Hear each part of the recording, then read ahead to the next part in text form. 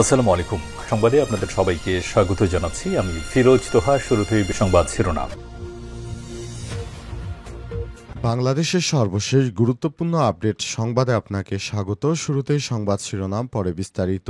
প্রথমে জানাবো, সাংবাদিক তুহিন হত্যায় সরাসরি ৮ জন সম্পৃক্ত বলছে জিএমপি কমিশনার।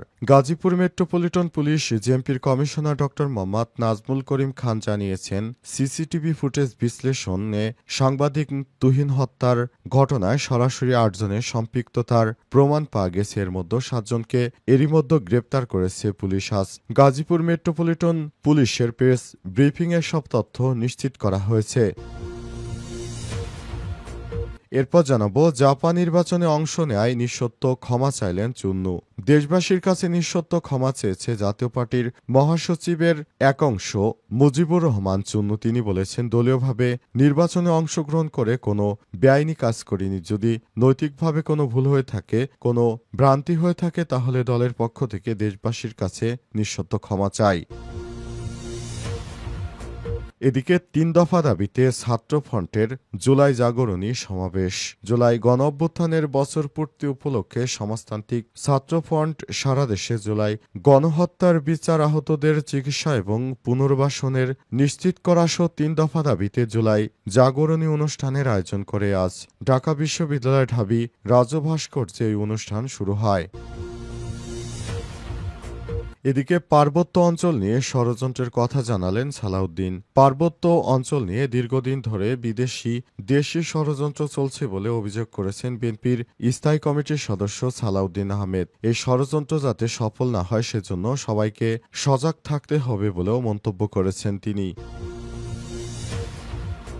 এবং সর্বশেষ জানাবো, ভয়াবহ দাবানলের কবলে যুক্তরাষ্ট্রের ক্যালিফোর্নিয়া, হাজারো বাসিন্দাকে সরে যাওয়ার নির্দেশ। আবারও ক্যালিফোর্নিয়ায় ক্যানিয়ন ফায়ার নামে পরিচিত ভয়াবহ দাবানল দ্রুত ছড়িয়ে পড়েছে। আজ বিকেলে ভেঞ্চুরা এবং লস অ্যাঞ্জেলেস কাউন্টির সীমান্তে আগুন ছড়িয়ে পড়ে।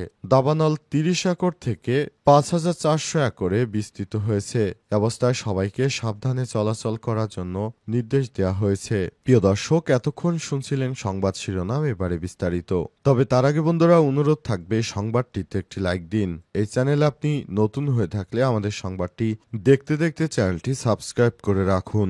কমেন্ট করে বন্ধুরা আপনার মূল্যবান মতামত জানিয়ে দিন। আর বন্ধুরা, কমেন্ট করে জানিয়ে দিন আপনি বাংলাদেশের কোন জায়গা থেকে বা কোন জেলা থেকে আমাদের সংবাদটি দেখছেন এবং শুনছেন। কমেন্ট করে বিশ্ববাসীকে জানিয়ে দিন। সংবাদটি আপনার সোশ্যাল মিডিয়া ফেসবুকে শেয়ার করে বন্ধুদেরও দেখার সুযোগ করে দিন। এবারে বিস্তারিত। সাংবাদিক তুহিন হত্যায় সরাসরি ৮ জন সম্পৃক্ত বলছে GMP commissioner. Gazipur metropolitan police GMP commissioner ড মোহাম্মদ নাজমুল করিম খান জানিয়েছেন, সিসিটিভি ফুটেজ বিশ্লেষণে সাংবাদিক তুহিন হত্যার মামলায় সরাসরি ৮ জনের সম্পৃক্ততার প্রমাণ মিলেছে। এর মধ্যে ৭ জন এরই মধ্যে গ্রেপ্তার করেছে পুলিশ। আজ গাজীপুর মেট্রোপলিটনের প্রেস ব্রিফিংয়ে সব তথ্য জানান তিনি। কমিশনার নাজমুল করিম আরও জানান, হানি ট্যাপ চক্রের সদস্যদের অপকর্মের ভিডিও করার কারণে তুহিনকে হত্যা করা হয়েছে। অতি দ্রুত সময়ের মধ্যে তাদের বিচার নিশ্চিত করতে হবে। কমিশনার নাজমুল করিম আরও জানান, হানি ট্যাপ চক্রের সদস্যদের অপকর্মের ভিডিও করার কারণে তুহিনকে হত্যা করা হয়েছে। কমিশনার নিশ্চিত করেছেন, সিসিটিভি ভিডিও ফুটেজ দেখে শনাক্ত ৮ জনের মধ্যে গ্রেপ্তারকৃত হলেন প্রধান আসামি কেটু মিজান, যার নামে ১৫টি মামলা রয়েছে। কেটু মিজানের স্ত্রী পারুল আক্তার ওরফে গোলাপি, যিনি হানি ট্র্যাপ কার্যক্রমে জড়িত, আলামিন, যার নামে ২টি মামলা রয়েছে, স্বাধীন, যার নামে ২টি মামলা, শাহজালাল, যার নামে ৮টি মামলা রয়েছে, ফয়সাল হাসান সাব্বির, যার বিরুদ্ধে ২টি মামলা রয়েছে। এছাড়াও আরেক আসামি আরমান পলাতক রয়েছে, তাকে গ্রেপ্তারে অভিযান চলছে। জেএমপির কমিশনার আরও বলেছেন, আমরা আসামিদের গ্রেপ্তার করেছি, হত্যার অস্ত্র উদ্ধার করেছি, সিসিটিভি ফুটেজ রয়েছে এবং অধিকাংশ প্রমাণ আমাদের হাতে। জেএমপির রিপোর্ট পেলে যত দ্রুত সম্ভব চার্জশিট দিতে পারব বলে আশা করছি। ভিডিওগুলো ফরেনসিক পরীক্ষায় পাঠানো হয়েছে। তিনি আরও জানান, ৫ই আগস্টের পর অসংখ্য গার্মেন্টস বন্ধ হয়ে গেছে। এতে হাজার হাজার শ্রমিক বেকার হয়ে পড়েছে। পেটের দায়ে সব শ্রমিক অপরাধে জড়িয়ে পড়ছে। জেএমপির কমিশনার আরও বলেন, গাজীপুরে আওয়ামী লীগের ঘাঁটি বলা হয়ে থাকে, তাই দেশকে অস্থিতিশীল করার জন্য এখানে নানা অপকর্ম চালানো হচ্ছে। ফোর্সের সংখ্যা কম থাকায় সব জায়গায় আইন শৃঙ্খলা পরিস্থিতি শতভাগ নিয়ন্ত্রণে আনা যাচ্ছে না বলে মন্তব্য করেছেন জেএমপির কমিশনার। জাপান নির্বাচনে অংশ নেয় নিঃশর্ত ক্ষমা চাইলেন চুন্নু। দেশবাসীর কাছে নিঃশর্ত ক্ষমা চেয়েছেন জাতীয় পার্টির মহাসচিব মুজিবুল হক চুন্নু। তিনি বলেছেন, দলীয়ভাবে নির্বাচনে অংশগ্রহণ করে কোনো বেআইনি কাজ করিনি। যদি নৈতিকভাবে কোনো ভুল হয়ে থাকে, কোনো ভ্রান্তি হয়ে থাকে, তাহলে দলের পক্ষ থেকে এবং দেশবাসীর কাছে ক্ষমা চাই। তিনি বলেছেন, আমরা কোনোভাবে এই ধরনের রাজনীতির সঙ্গে সম্পৃক্ত অতীতে ছিলাম না, ভবিষ্যতেও হতে চাইনি। তবে বিশেষ কারণে আমরা সে সময় হয়তো নির্বাচনে যোগ দিতে বাধ্য হয়েছিলাম। তাই সবার প্রতি আহ্বান থাকবে, কেউ যেন আমাদের অপরাধটাকে গুরুতরভাবে না নিয়ে লঘুভাবে নিয়ে আমাদেরকে ক্ষমাসুন্দর দৃষ্টিতে দেখেন।